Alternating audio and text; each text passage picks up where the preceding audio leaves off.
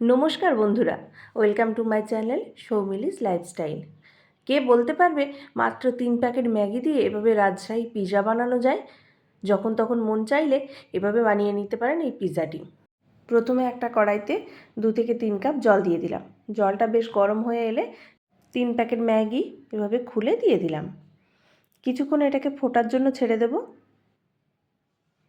কিছুক্ষণ পর ফুটে এসেছে। এবার এটা কিন্তু আমরা 50 to 60% সেদ্ধ করব। তারপর এটাকে তুলে নেব একটা পাত্রে। তুলে নিয়েছি, নিয়ে এভাবে এখানে এর মধ্যে আমি 2টো ডিম ফাটিয়ে দিয়ে দিলাম।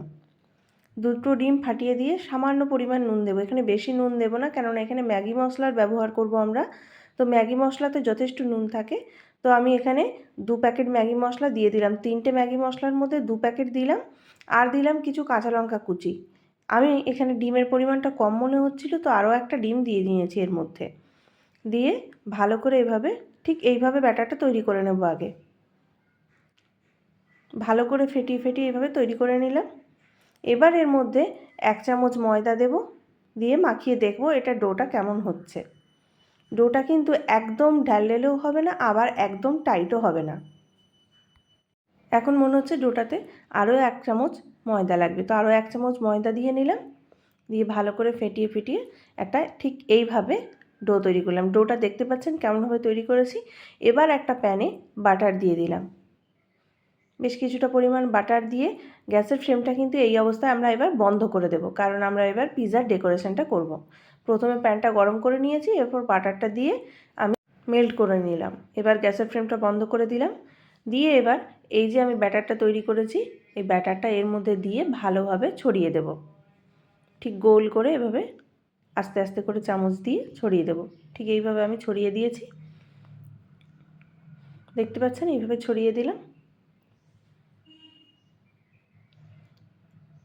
এরপর আমি এর মধ্যে টমেটো সস দিয়ে দিলাম। টমেটো সস দিলাম। এরপর এর মধ্যে আমার কাছে শেজওয়ান সস ছিল, ওটাও দিয়ে দিলাম।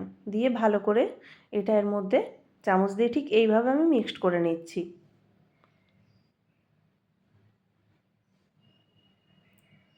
ভালো করে মিক্সড করে নিলাম। এই পিৎজাটা কিন্তু খেতে খুবই সুন্দর হয়। নিচে একটা ক্রিস্পি ভাব থাকে এবং ওপরে সমস্ত মশলার যথেষ্ট ভালো টেস্ট হয়। তো এরপর আমি এর মধ্যে কিছু কিছু কিউব করে রাখা পেঁয়াজ আর ক্যাপসিকাম কুচি এর ওপর ছড়িয়ে দিচ্ছি। আমার কাছে আজকে আপাতত চিকেন বা পনির ছিল না, না হলে আপনারা এর মধ্যে সুইট কর্ন, চিকেন, পনির যা কিছু আপনারা ইউজ করতে পারেন। এবার ওপর থেকে আমার কাছে স্লাইস চিজ ছিল, তো স্লাইস চিজটাই ওপর থেকে টুকরো টুকরো কেটে দিয়ে দিলাম। এবার এর মধ্যে 3 প্যাকেট ম্যাগির মধ্যে যে 1 প্যাকেট ম্যাগি মশলা রেখেছিলাম ওটা আমি এর মধ্যে দিয়ে দিলাম। আমার কাছে একটা পুরানো তাওয়া ছিল, সেই তাওয়াটা কিছুক্ষণ গরম করে নিয়ে এর মধ্যে আমি এটা বসিয়ে দিলাম। বেশ কিছুক্ষণ ধরে এটা হবে। এটা আমাদের বানাতে সময় লেগেছে প্রায় 10 থেকে 15 মিনিট। খুব হালকা আঁচে 10 থেকে 15 মিনিট এভাবে আমি বেক করে নিচ্ছি। দেখতে পাচ্ছেন আমাদের চিজগুলো মেল্ট হয়ে এসেছে।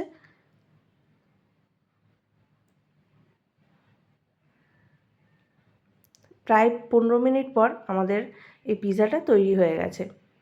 এবার এটাকে গ্যাসের ফ্লেমটা অফ করে দিলাম। এবার এটা প্লেটের মধ্যে সার্ভ করে নিচ্ছি। ঠিক এইভাবে একটা প্লেটের মধ্যে আমি ঢেলে নিলাম। দেখতেই পাচ্ছেন আমাদের পিৎজাটা কত সুন্দর হয়েছে। দাঁড়ান, পিৎজার নিচের দিকটা দেখায় কতটা ক্রিস্পি হয়েছে। দেখতে পাচ্ছেন পিৎজার নিচের দিকটা কতটা ক্রিস্পি হয়েছে। তো আমার ভিডিওটি যদি ভালো লাগে বন্ধুরা, একটা লাইক করবেন, কমেন্ট করবেন এবং অবশ্যই আমার চ্যানেলটি কিন্তু সাবস্ক্রাইব করবেন। ভিডিওটি শেষ পর্যন্ত দেখার জন্য আপনাকে অসংখ্য ধন্যবাদ।